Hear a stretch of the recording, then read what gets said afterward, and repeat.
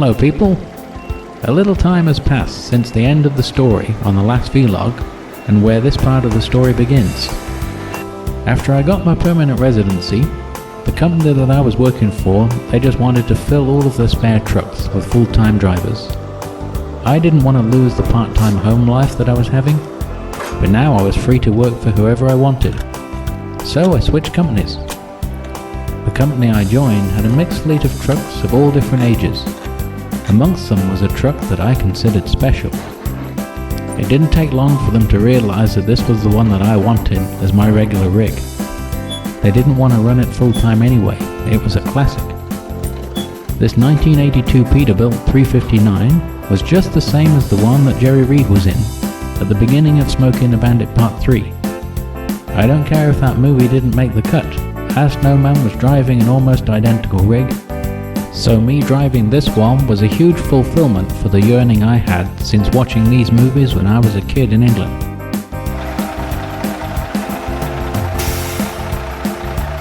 This truck attracted some attention. People used to come and ask questions about it.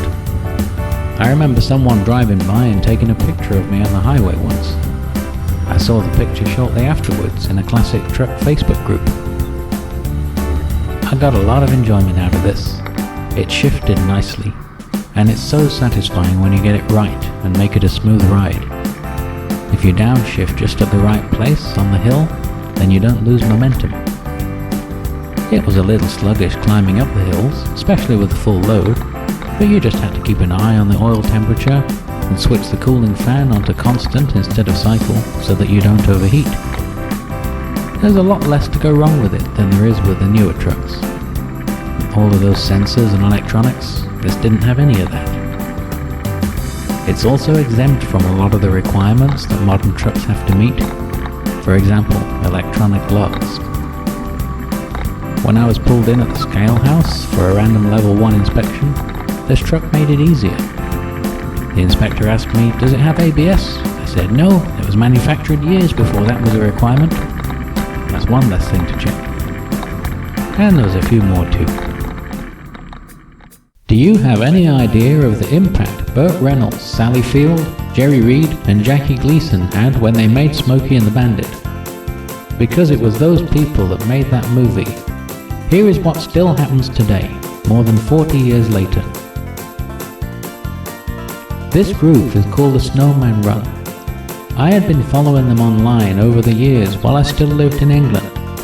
But now on this side of the Atlantic, I was that much closer. There was a big event coming up, and I decided I was going to join them. I tried to get the company to see if they had a load going that way over that time, because to bring the Peterbilt to that event would have been epic. You can see I would have fitted right in there with them. They actually tried for me, but it didn't materialize. So I just took off down there in my car, and I tried to hide it amongst the Trans Ams. So in this scene of the movie, the girl in the yellow top is Caye. She actually lived in that house back then.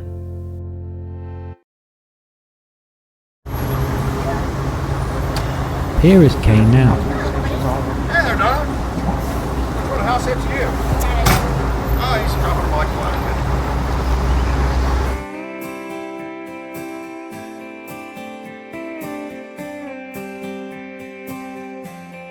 The house isn't there anymore, but this Trans Am and the Kenworth are right where this scene was shot.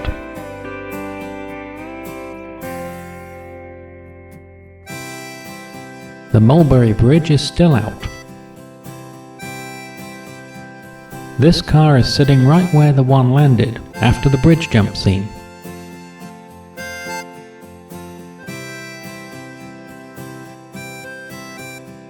This is right where Fred went for a swim. This is at the Speedway, where a second replica Kenworth showed up. There were a total of 4 rigs that came to this event altogether. I would have loved to have had that Peterbilt there with them. I got chatting to this guy, and then I jumped in it. Just look how much fun I'm having. After that, I slid over to the other seat, and we took it out on the track. Now if you were on the Speedway from the start of Smokey 2, But riding in a rig from Smokey 1, do we play Eastbound and Down or Texas Bound and Flying?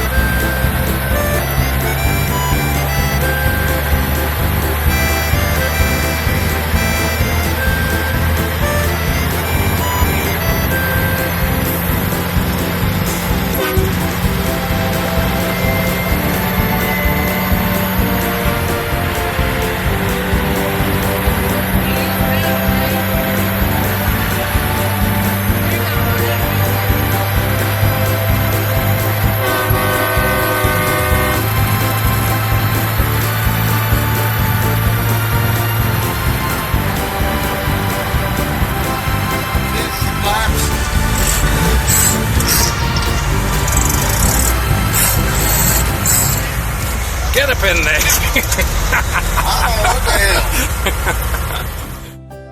Back in the pits, look who showed up.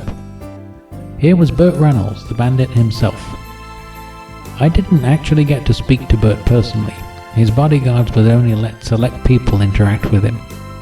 He did have a role at all the events that took place over those 3 days, and it sure was an honor to be part of that. As much as I would have loved to have told him how I grew up watching Smokey and the Bandit and how inspirational his character was, my real childhood hero was actually his friend, Jerry Reed, the Snowman. Jerry left us in 2008, but Seidina Reed was here. This is Jerry's daughter. I got to spend quite a bit of time with Seidina, and I loved telling her all about how influential her dad's character was, and still is.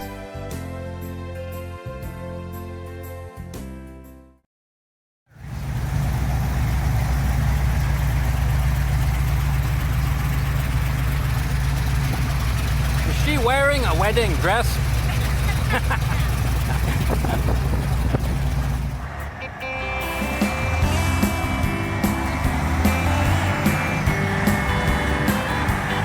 The place where I'm standing right now was in the movie. It's right about where those cars are parked on the left.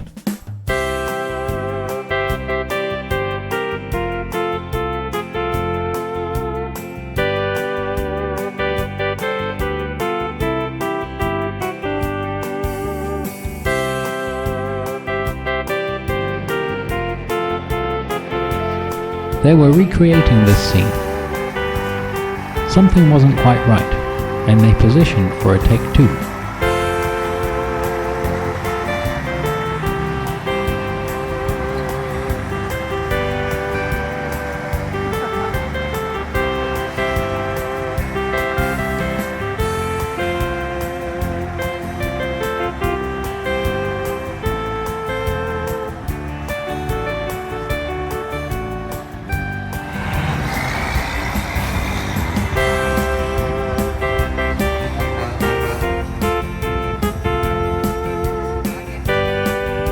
Today, this is an art gallery, but this building in the movie was the warehouse where the 400 cases of cores were loaded up on that forklift.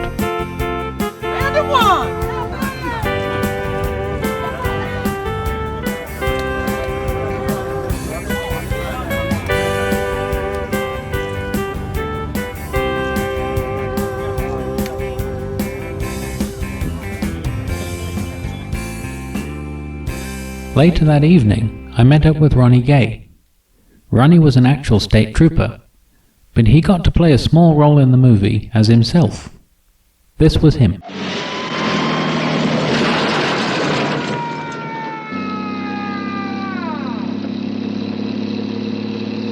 Son! You reckon you let me off at the next exit? Last name. Reed. Ladies and gentlemen, Seidina Reed, Jerry Reed's daughter. Let's get this next fella out here. All right, so give us a line that everybody here might recognize you from. Son, could you let me off at the next exit? This is Mr. Ronnie Caye. He was a state trooper. Let's just put it this way. He's connected with the movie with someone that didn't have a speaking part, except he went rough.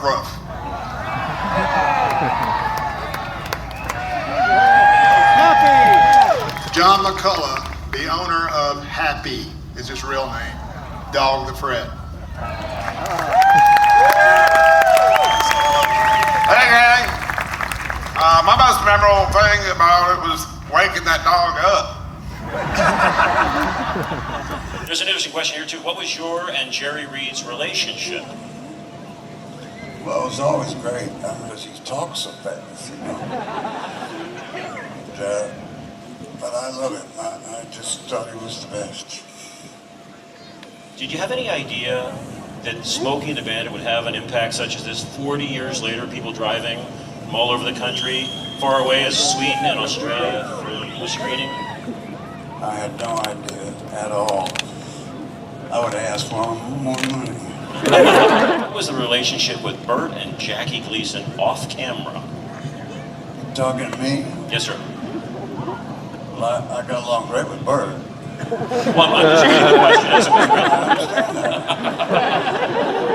question. Did you wreck or damage any of the Trans Ams during the filming of the movie? Are you crazy? But they did $70,000 worth of damage. So I guess they did it a couple of times. There was just 2 vendors.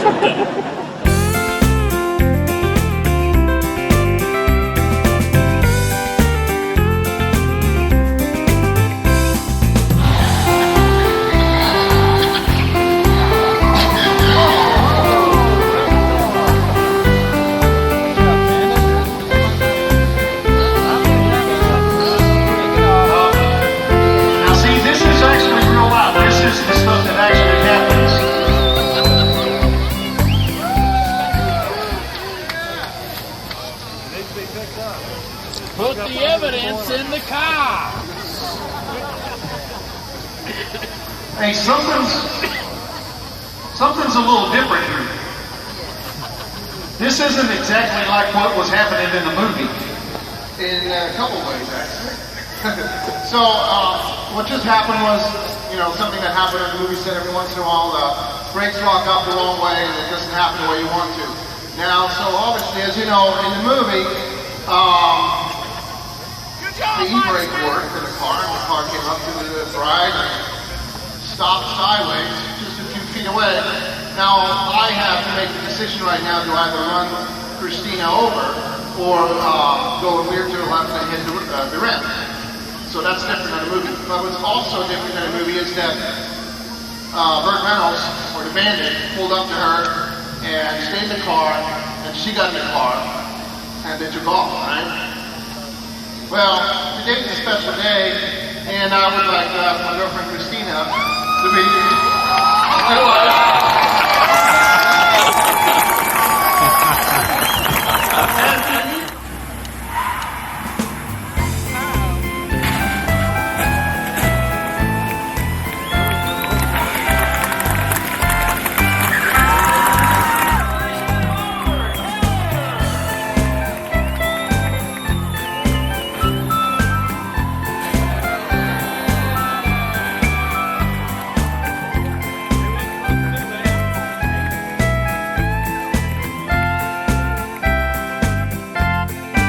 Snowman runners all say that they are like a family. At the end of this 3-day event, they made me feel like I was part of it. Now I had friends all over the place.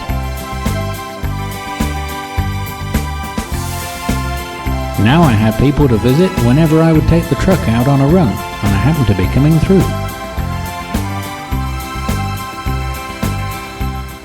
I think I was home for less than a week before I got in the old Peterbilt and went on a trip.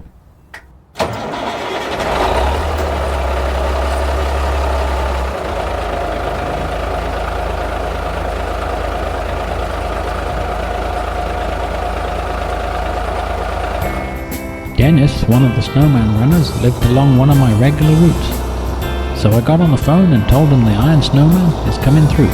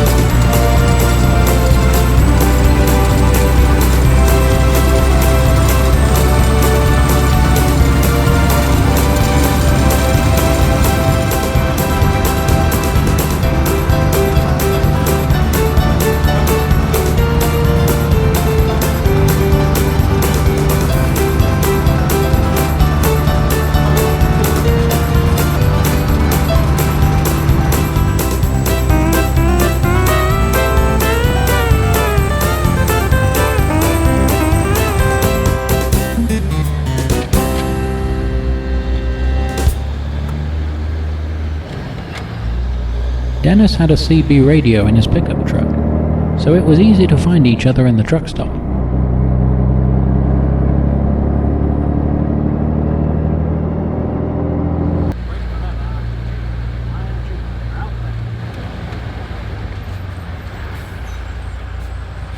There he is.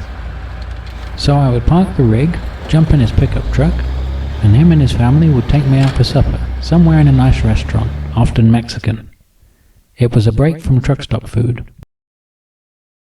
Then he would bring me back after dark, where I would usually drive a few more hours. We did that quite frequently over the next year or two when I used to regularly go that way.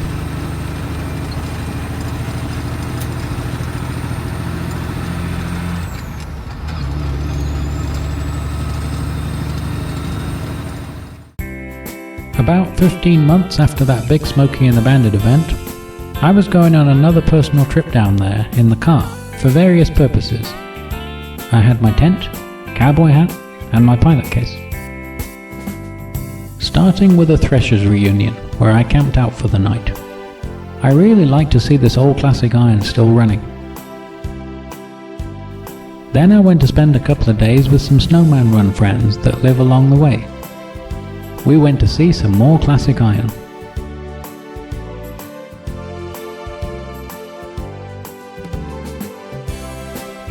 The next place was a hotel that had a water park attached to it. You might remember from the last episode, I enjoy myself a lot in these places. The day after that, I got to the next place I was going. Here was some more Snowman Run friends. I don't know what we were looking at up there, but whatever it was, it didn't capture Dwayne's attention.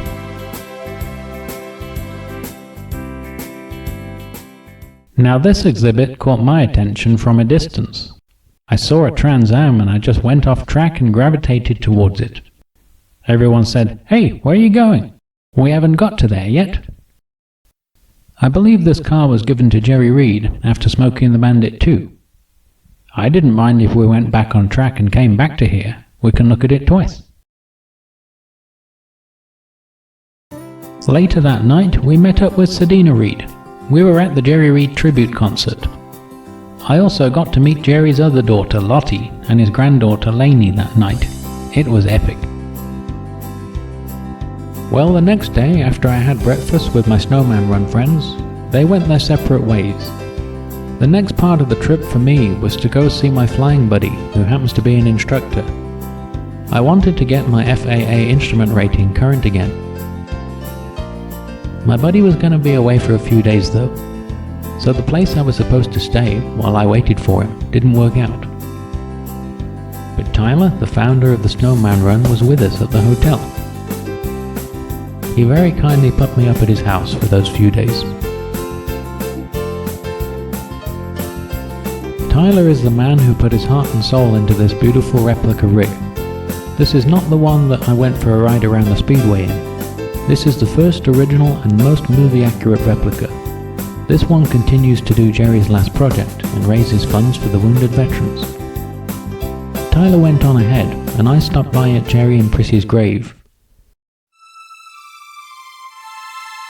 I can't be sure exactly, but judging by the point in time when the news started to spread and the messages started coming through, I believe it was right around when this picture was taken that Burt Reynolds passed away. I've still to this day never known his time of death and haven't been able to find out, but I just have this feeling that it was when I was here at the Snowman's grave, the Snowman and the Bandit were together again. Tyler was contacted by Fox to do an interview at the art gallery, which was the Coors warehouse in the movie. I went and met him there. When Jacqueline learnt that I was also part of the event that took place 15 months before, she wanted to interview me too. Well, what can I say? It was such an honor to be asked to stand here and talk about Burt Reynolds at this movie location on the day of his passing. I wasn't able to tell him directly that his character was influential to me since I was a kid in England. I did get to tell it on Fox. Well, actually, I told it to her. But as I expected, it was edited down to just a few words. But that's okay. they only have a limited allotted time. There was no way she could have put my whole story in there. Back when Smokey and the Bandit fans met in front of the old set tonight. Yeah, what a lot of people don't know is that Burt Reynolds spent a lot of time in Clayton County through the years, filming here and also visiting the old set. Tonight, some of his biggest fans came to some of the old set spots to pay tribute to the late actor. He was like the leading guy for how many years? His lifelong fans meet in Jonesboro. And I have a sense it's very sad, given the circumstances. Burt will forever be a part of our history. The famous scene where Burt Reynolds picked up Jerry Reed on a forklift truck. Tyler Hambrick, one of the founders of Snowman Run, to help veterans, and member Chris Chetwynd looked through old Smokey and the Bandit set photos and photos of the premiere in Atlanta. Reynolds was last here in June 2017 at the Smokey and the Bandit Festival to benefit veterans. I'd seen him like a month ago, and I realized he was a little bit frail at the time. A month ago in Pigeon Forge at Bubba Fest, an event to benefit veterans through Snowman's Run. Hambrick says, despite his health, Reynolds made sure to give to fans. Hambrick says Reynolds was dedicated to the mission of helping veterans, a cause important to friend Jerry Reed. They were concerned that they were going to have to turn people away and give their money back, and he said, no, I'm going to stay here until everyone gets their autograph. You cannot respect somebody more than what I saw him do. Over the next few days, Tyler and I had a great time together, talking about Burt, Jerry, the rig. Tyler had quite the collection of Smokey and the Bandit history. Here's a small piece of interesting information that I was able to share with him though. See, I was made the admin of the Jerry Reed Facebook fan group back in 2007. So over the years, certain people came along that had stories of when they knew him. One man that I got talking to was the son of Killer T. Johnson. This man grew up with Seidina. They lived on the same street as the Reed family. Well, in my previous episode, you might have caught that I stopped by Jerry Reed's grave then. This was before his wife Prissy had passed away. Well, that time I was in a truck. I parked it here across the street from the cemetery. The son of Killer came to meet me here and took me for a ride around the local area. He told me about when they were shooting Smokey and the Bandit. His dad Killer had a trucking company. Jerry came along and asked Killer to teach him to drive a rig. There were going to be scenes where Jerry would actually be driving it. We know he wasn't driving for the in-cab shots. He was for some of the external footage, like this.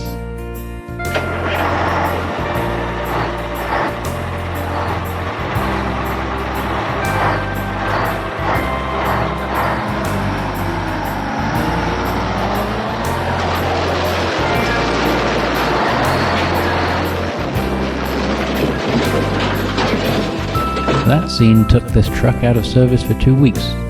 A lot of the airlines were damaged from those bikes. That trucking company still exists today, although it looks very different. This was the street that Jerry drove Killer's truck up and down until he was confident enough. And I believe the picture on this album cover was Jerry in the same truck. Jerry said to Killer, "I'll get your name in the movie somehow." So that's the backstory behind what you see here. You got the one snowman I'm eastbound and down. We're gone, Killer. While I was there, I went to see Caye and her sister Cheryl from the house in the movie. I found this picture when I was at Tyler's, but its significance has only come apparent to me just now. That's Jerry on the right, but look who it is on the left. That's John Schneider, Bo Duke from the Dukes of Hazzard. I wasn't familiar with that show at the time. Now my wife and I are watching through it at mealtimes. I came to know who John Schneider is first when I watched Smallville. Straight away I saw the role model firm father figure, coupled with being a good old American country boy superstar, yet down to earth, friendly and approachable. You just knew that this is how he would be if you ever met him. And he's the last one left that I'd love to meet and say this to in person.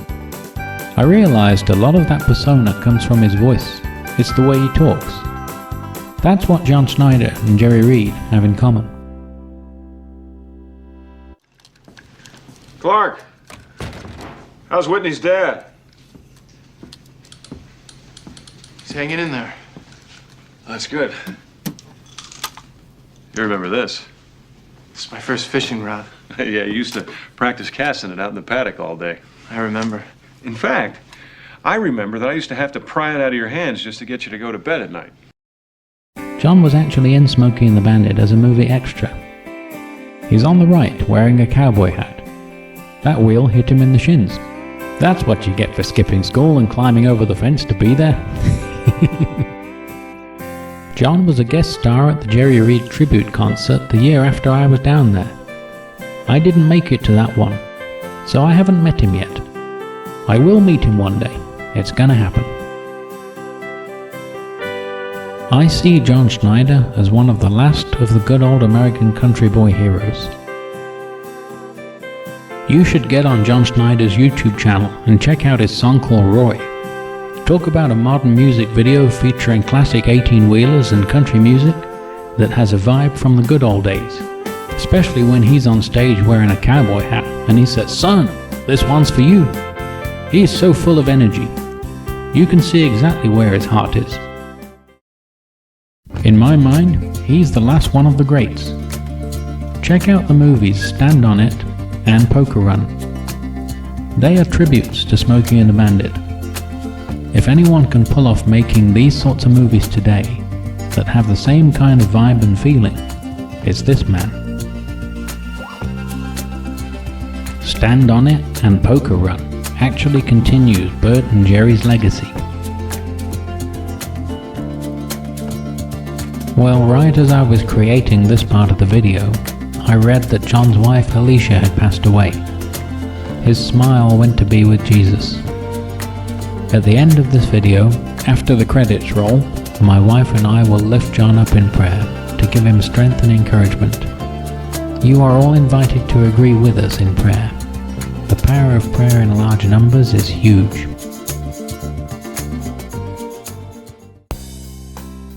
So my flying buddy came back and I got my FAA instrument rating current in the Cessna 150.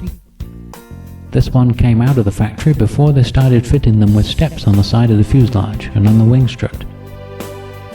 It took me 3 attempts to get up there and dip the tanks. I kept falling off. It was hilarious. I got my night rating current at the same time. After this, I started heading for home. 2.5 days on the road, and I arrived right in time to go straight to the Harvest Barn Dance and Threshing Demo.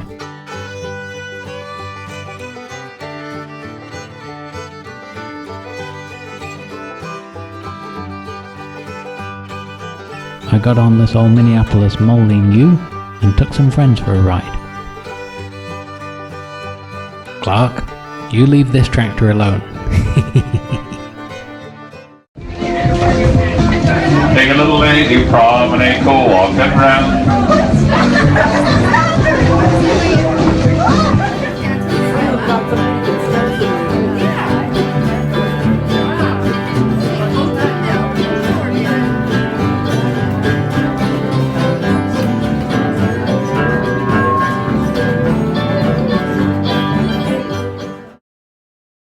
That sure was an epic adventure, but it sure was nice to get back to the apartment that night, unpack, and have a cup of tea on the balcony.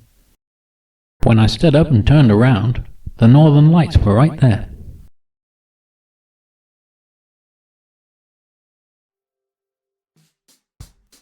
I continued to drive the Peterbilt for another year or so after this.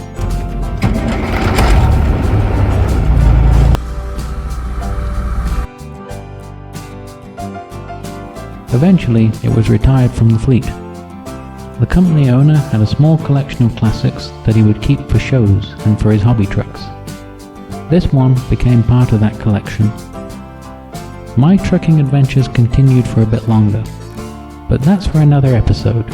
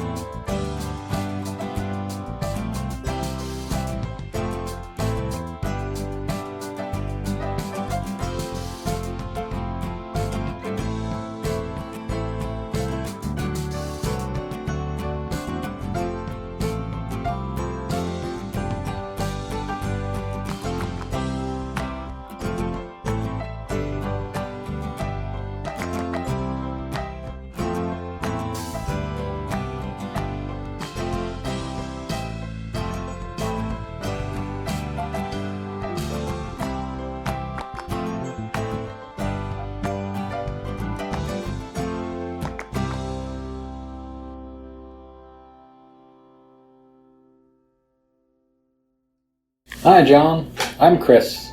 This is my wife, Rowena. Hi. We were very sad to hear of Alicia's passing. Our thoughts are with you, and we hope that this video manages to get to you. What we would like to do now is to lift you up in prayer, and everyone that's watching can join us by agreeing with us. Dear Heavenly Father, in the name of Jesus, thank you for giving the world John Schneider. Thank you for his talents in his music, his acting, his good old American country boy personality.